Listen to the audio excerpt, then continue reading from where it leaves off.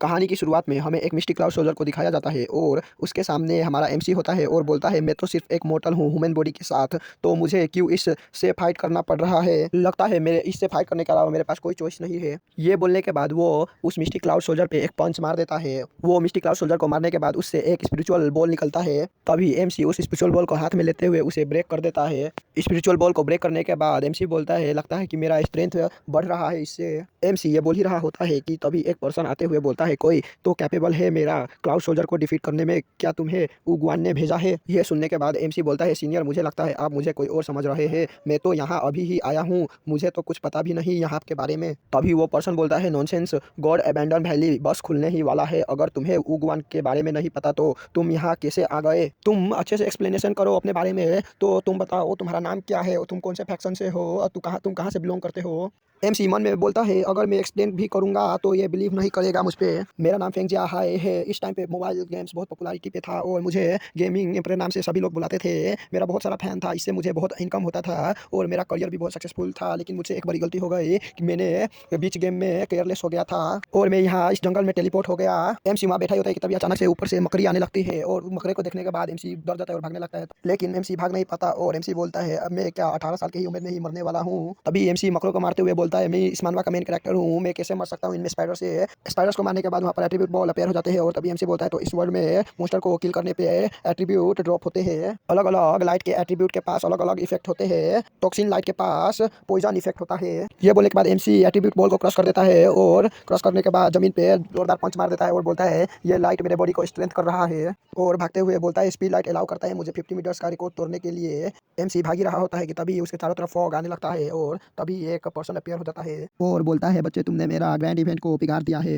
तभी एमसी बोलता है मैंने तो कुछ स्पाइडर्स को ही मारा है, इससे तुम्हारा इवेंट कैसे बिगड़ सकता है। तभी वो पर्सन बोलता है क्या तुम्हें पता नहीं कि ये स्पाइडर्स कितने इंपॉर्टेंट है। और गुस्से में बोलता है मैंने 3000 साल से मीट नहीं खाया, मैं इन स्पाइडर्स को पकाने वाला था, मैंने 50 साल लगा दिया इन ब्लैक जेड स्पाइडर्स को ढूंढने में। तभी एमसी डरते हुए बोलता है मैंने आज एनकाउंटर किया कंफ्यूजिंग मैन को और मुझे ड्रीम लैंड पे पठा दिया गया है और मुझ पे अटैक होना शुरू हो गया है और बिना कोई प्रॉपर रीजन के। एमसी ये बोल ही रहा होता है कि तभी वो पर्सन एमसी के ऊपर अटैक कर देता है और एमसी पीछे घिसटते हुए चला जाता है और एमसी सोचता है पहले वाले क्लाउड सोल्जर का लाइट एब्जॉर्ब करने के बाद मुझे फील हो रहा है ये वाला अटैक कमजोर है, अगर मैं इस लॉजिक से जाता हूँ तो लगता है मैं ये दोनों को भी हैंडल कर सकता हूँ। ये बोलते हुए एमसी अटैक कर देता है और बोलता है मेरा नाम फेंगजिया है और मैं किसी भी फैक्शन से बिलोंग नहीं करता हूँ। ये बोलते हुए वो क्लाउड सोल्जर को डिस्ट्रॉय कर देता है और बोलता है थैंक यू सीनियर लेसन देने के लिए और मन में बोलता है थैंक गॉड मैं बहुत नर्वस हो गया था। तभी वो पर्सन बोलता है नॉट बैड, इसके पास सुपरनेचुरल स्ट्रेंथ और इसका स्पिरिचुअल एनर्जी भी बहुत स्ट्रॉन्ग है, अगर मैं इसे अपने साइड ले लूँ तो मैं यहाँ से निकल सकता हूँ और उगवान से अपना रिवेंज ले सकता हूँ। और जब एमसी को देखता है तो वो पागल जैसा कर रहा होता है क्योंकि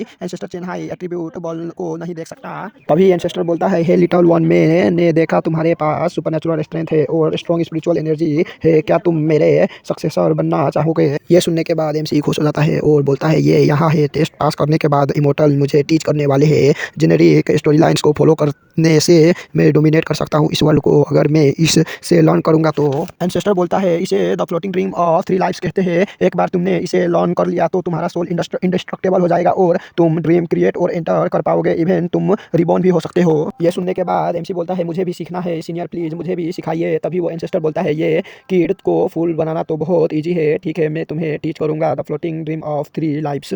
एमसी का हेड टच करते हुए बोलता है मैं तुम्हें ड्रीम में भेज रहा हूँ, एक बार तुम इसे कंपेयर करोगे तो तुम खुद ब खुद जाग जाओगे। ये बोलने के बाद वो एमसी के हेड पे कुछ कर देता है और एमसी बेहोश हो जाता है। ये देखने के बाद वो डेविल की तरह हंसने लगता है।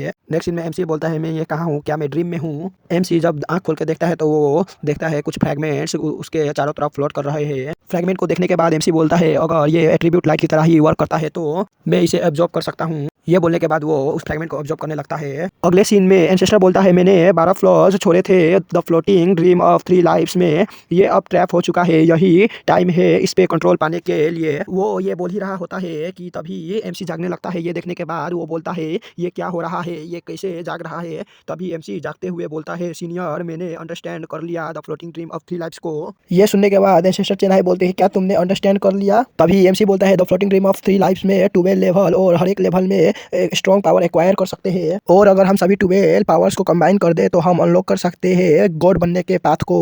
तभी एंसेस्टर मन में बोलते हैं the floating dream of 3 lifes जो मैंने क्रिएट किया है उसके पास तो सिर्फ 9 लेवल ही है। ये ब्रैड डर रहा है शो करने से कि इसने कुछ नहीं अंडरस्टैंड किया है और ये मुझे ट्रिक करने का ट्राई कर रहा है। तो किड अगर तुम कह ही रहे हो कि तुमने अंडरस्टैंड कर लिया है तो ये एंसेस्टर तुम्हारा पर्पल रेसिडेंस विजिट करना चाहता है और तुम्हारा टेस्ट लेना चाहता है। ये सुनने के बाद एमसी बोलता है सीनियर आप चेक कर सकते हैं। तभी एंसेस्टर बोलता है तो ठीक है तुम अपना आंख बंद कर सकते हो।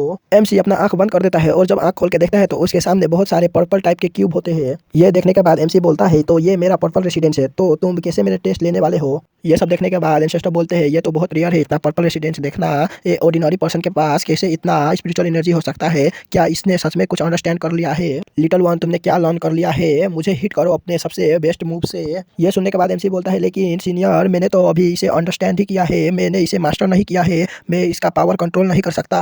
ये सुनने के बाद एंसेस्टर बोलते हैं ये मेरा ओरिजिनल बॉडी नहीं है अभी मैं अपना प्रीमिडियल स्पिरिट फॉर्म में हूँ। अभी मैं 8 लेवल डाउ स्टेज रियलम के बराबर हूँ। तुम बस एक ह्यूमन बीइंग हो कुछ सुपरनेचुरल एबिलिटी के साथ तुम्हें घबराने की कोई जरूरत नहीं है। ये सुनने के बाद एमसी अपना अटैक रेडी करने लगता है। एमसी का अटैक देखने के बाद एंसेस्टर का फट जाता है और तभी एमसी अपना अटैक कर देता है। अटैक करने के बाद एमसी एक्साइटेड होते हुए बोलता है सीनियर ये फर्स्ट पावर है जो मैंने अंडरस्टैंड किया है। ये बोलने के बाद जब एमसी आगे देखता है तो पूरा धुआं ही धुआं होता है और वो एमसी सीनियर को खुद ढूंढने लगता है इधर उधर। एंसेस्टर एमसी के पीछे ही होता है और मन में बोलता है डैम इट मेरा अवतार डिस्ट्रॉय हो गया इसे रिकवर होने में बहुत टाइम लगेगा मुझे एक नया अवतार चाहिए और मुझे गहराई से इसका एबिलिटी फिगर आउट करना पड़ेगा।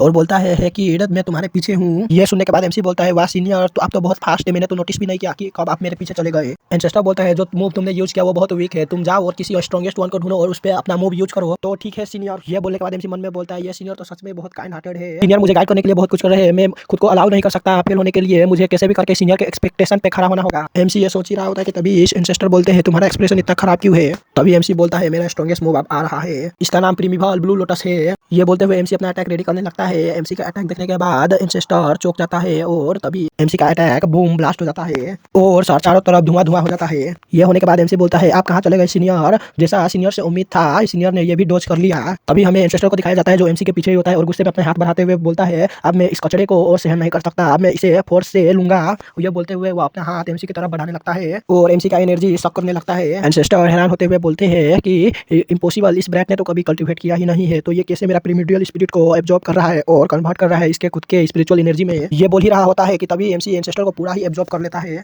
तभी एमसी बोलता है कि आप मेरे पीछे चले गए सीनियर। जब एमसी पीछे मिलकर देखता है तो वो हैरान हो जाता है क्योंकि सीनियर बच्चा बन चुका होता है और सीनियर को गोद में उठाते हुए बोलता है सीनियर आप ऐसे कैसे बन गए। ये सुनने के बाद सीनियर मन में बोलते हैं ये सब तुम्हारी वजह से है। तभी एमसी के चारों तरफ कुछ लाइट ग्लो होता है और एमसी फिर से उसी फॉरेस्ट पे चला जाता है। तभी एंसेस्टर मन में बोलते हैं कितना शर्मनाक है मैंने अपना 3 अवतार लॉस्ट कर दिया और मेरा स्ट्रेंथ पूरा घट चुका है। एंसेस्टर मन में यह सोच ही रहा होता है कि तभी एमसी बोलते हैं सीनियर क्या मैंने आपका टेस्ट पास कर लिया। तभी एंसेस्टर गुस्से में बोलते हैं हाँ हाँ तुमने पास कर लिया है अब मुझे छोड़ो ये कितना डिस्गस्टिंग है 2 मर्द गले मिल रहे हैं। ये सुनने के बाद एमसी बोलता है सीनियर आप घबराइए मत मेरा ऐसा कोई थॉट नहीं है आपके प्रति मुझे तो सिर्फ लड़कियां पसंद है बड़े बाल और एम्पल चेस्ट के साथ। एमसी अपना तारीफ कर ही रहा होता है कि तभी उसके पीछे से कुछ आने लगता है और वो बहुत बड़ा ब्लैक शैडो सा होता है और वो आ ही रहा होता है। तभी हमें किसी का पैर दिखाया जाता है। तभी एंसेस्टर बोलते हैं ये क्या पीछे से नॉइज आ रहा है। तभी एमसी पीछे मुड़ के देखता है तो वो पूरा पागल हो जाता है क्योंकि पीछे एक ब्यूटीफुल लड़की होती है। वो लड़की को देखने के बाद एमसी एक्साइटेड होते हुए बोलता है ये कहाँ से अपीयर हो गया इतना खूबसूरत लड़की। और एंसेस्टर उस लड़की को देखने के बाद मन में बोलता है ये बहुत वियर्ड है मैं 3000 साल से इधर गॉड अबैंडन वैली में हूँ और मैंने कभी नहीं देखा कि एक मॉन्स्टर ह्यूमन में ट्रांसफॉर्म हो गई। एंसेस्टर मन में ये सोच ही रहा होता है कि तभी एमसी उस लड़की के तरफ जाते हुए बोलता है मेरा ड्रीम लवर फाइनली अपीयर हो गया सिंगल में अब मेरे पास भी कोई गर्लफ्रेंड होगा। एमसी ये बोल ही रहा होता है कि तभी वो लड़की एमसी के मुंह पे एक पंच मार देता है। पंच खाने के बाद एमसी गुस्से में बोलता है तुम तो बहुत गुस्से वाली लड़की हो। एमसी ये बोल ही रहा होता है कि तभी वो लड़की फिर से एमसी के ऊपर अटैक कर देता है। ये देखने के बाद एमसी गुस्से में बोलता है डोमेस्टिक वायलेंस करना यहाँ पे मना है और मुझे फोर्स मत करो फाइट बैक करने के लिए। ये बोलते हुए अपना अटैक रेडी कर लेता है। एमसी का अटैक देखने के बाद वो लड़की चौंक जाता है और बोलता है ये अच्छा नहीं हुआ ये दोनों मुझसे ज्यादा पावरफुल है। ये बोलने के बाद वो लड़की अपना दूसरा फॉर्म मॉन्स्टर फॉर्म में आ जाता है। ये देखने के बाद एमसी बोलता है क्या स्पाइडर वेब। तभी एंसेस्टर बोलते हैं तुम क्या बोल रहे हो ये लड़की अकेली है। तभी वो लड़की बोलती है तुम बस रुको मैं जब तक स्ट्रॉन्ग नहीं हो जाती। ये बोलते हुए वो लड़की भागने लगती है। ये देखने के बाद एमसी बोलता है ये क्या करना चाहती है और ये क्यों भाग रही है। तभी एंसेस्टर बोलते हैं मुझे लगता है वो स्पाइडर का रिवेंज लेना चाहता है जो अभी हमने मारा था। ये बोल ही रहा होता है कि तभी धरती शेक करने लगता है। ये देखने के बाद एमसी बोलता है ये क्या हो रहा है इस टाइम पे। तभी एंसेस्टर बोलते हैं अब गॉड्स अबैंडन वैली अब फाइनली खुलने वाला है। तभी वो माउंटेन बीच से फंस जाता है और उसके सामने एक पोर्टल खुल जाता है। तभी उस पोर्टल से एक हाथ निकलता है और 3 लोग उस पोर्टल से निकलते हैं। तभी उसमें से एक लड़का बोलता है तो यही गॉड अबैंडन वैली है। तभी एक्साइटेड होते हुए बोलता है हमने कर लिया एंशिएंट बुक गलत नहीं था सच में हर एक 3600 साल बाद गॉड अबैंडन वैली खुलता है। गॉड अबैंडन वैली को खुलते हुए देख के